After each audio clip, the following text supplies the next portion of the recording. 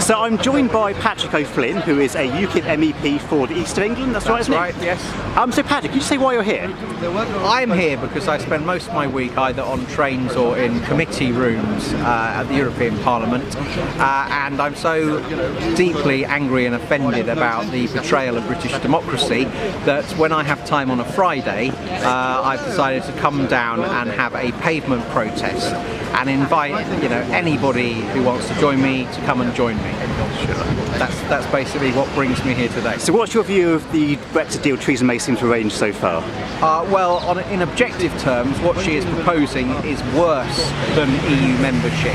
She is proposing to swap the 9% sovereignty we have in the EU, which is roughly our voting weight on the Council of Ministers and the European Parliament averaged out, for 0% voting weight in the backstop, which will be indefinite and which we cannot leave. So it's actually the negation of democracy, and it takes the UK to objectively less sovereign status than even the EU membership implies. So it's the exact opposite of what people voted for when they wanted to take back control. And the fact that she's a Remainer who for 2 years has been telling us Brexit means Brexit and she was going to deliver the whole package, I just think it's a complete outrage.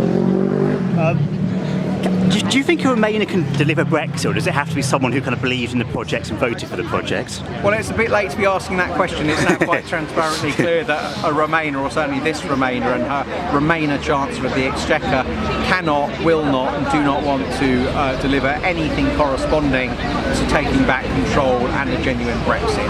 So she needs to be changed.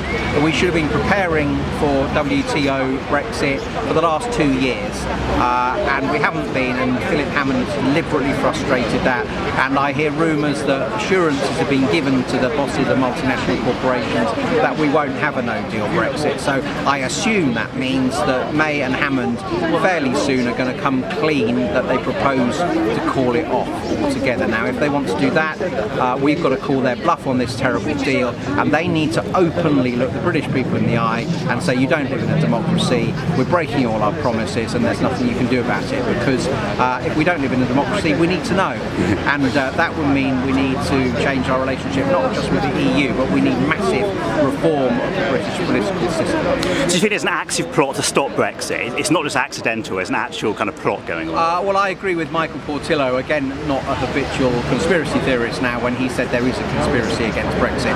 Yes, I do believe that, whether it's been from the start or following Theresa May's disastrous and unnecessary general election in 2017, I don't know, although the loss of Nick Timothy and his effective replacement by Gavin Barwell was clearly a dark, dark day for Brexit. But I do think now there is a conspiracy going on against Brexit, and I think we need it out in the open, because there will be huge consequences, particularly for a Tory party whose 70% of supporters are Leave voters.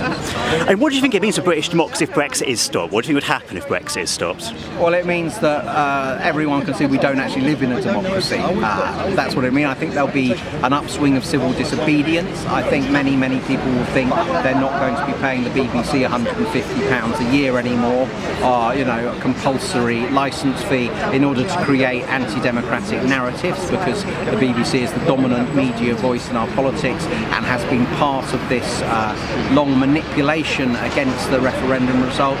People tell me there might be sort of trucker action to cause gridlock. I think if Remainers think they're going to go back to the sort of all peace and light and 17 million voters being happy to have their faces ground into the dirt, they are not. They are playing with fire. They are putting our social stability in grave danger. And one thing we know from economics is if you don't have a stable society, you don't have a growing economy. So actually shelving Brexit would be far worse for the economy than leaving on WTO terms properly. Now, quite a closely related question, obviously interbound with the future of Brexit is the future of UKIP, which has been in the news today because I believe Nigel Farage has called for Gerald Batten, the co-leader, to step down. Are you concerned about the direction Gerald Batten's taking the party in particular, obviously he's associating with Tommy Robinson quite openly? He seems to be taking the party in a different direction.